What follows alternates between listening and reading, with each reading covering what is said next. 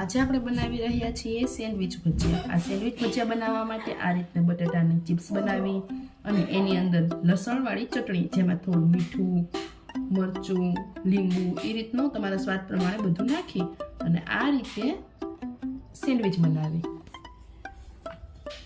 આ રીતની ચિપ્સ લઈ એની વચ્ચે આમ મસાલો રાખી અને એની ઉપર બીજી ચિપ્સ રાખી દેવી, જેથી આ સેન્ડવિચ બની જશે। પછી આના ગરમા ગરમ ભજીયા બનાવવા, આને આપણે કહીશું સેન્ડવિચ ભજીયા।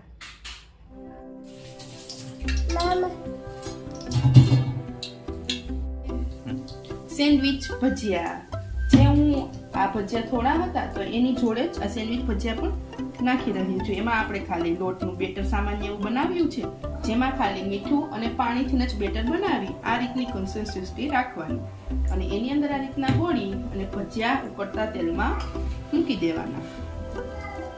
તો તૈયાર છે આપણા સેન્ડવિચ ભજીયા, થોડી વારમાં બની જશે।